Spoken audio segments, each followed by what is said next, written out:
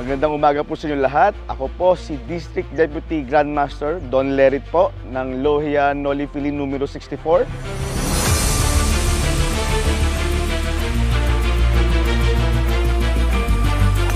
Kami po ay nagkapasalamat po sa lahat po ng nakilahok sa aming pong Soberana Golf Tournament po.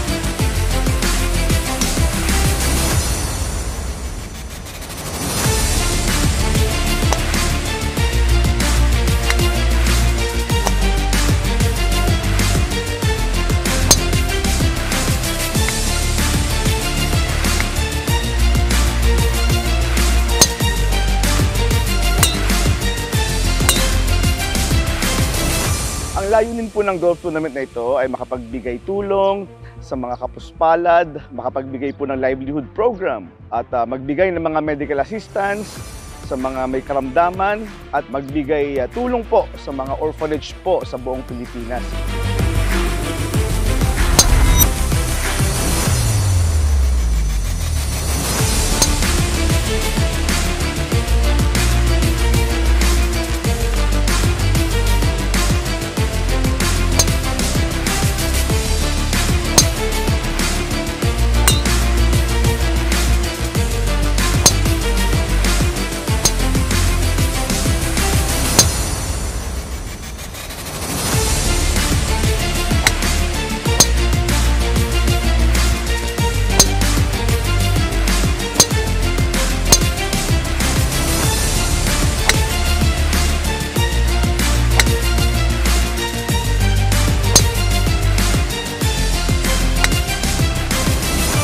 Ang inyong pong participation sa aming tournament po ay nangangahulugan po na kayo po ay kaakibat na po namin sa aming pong layunin na makapagbigay po ng charity works sa ating pong community. At sana po suportahan niyo po taon-taon ang aming golf tournament.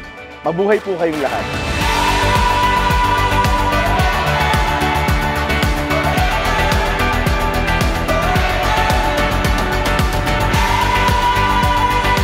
Ako po ay nagagalak at nandito tayong lahat. Sana muli tayo muling magkadaupang palad.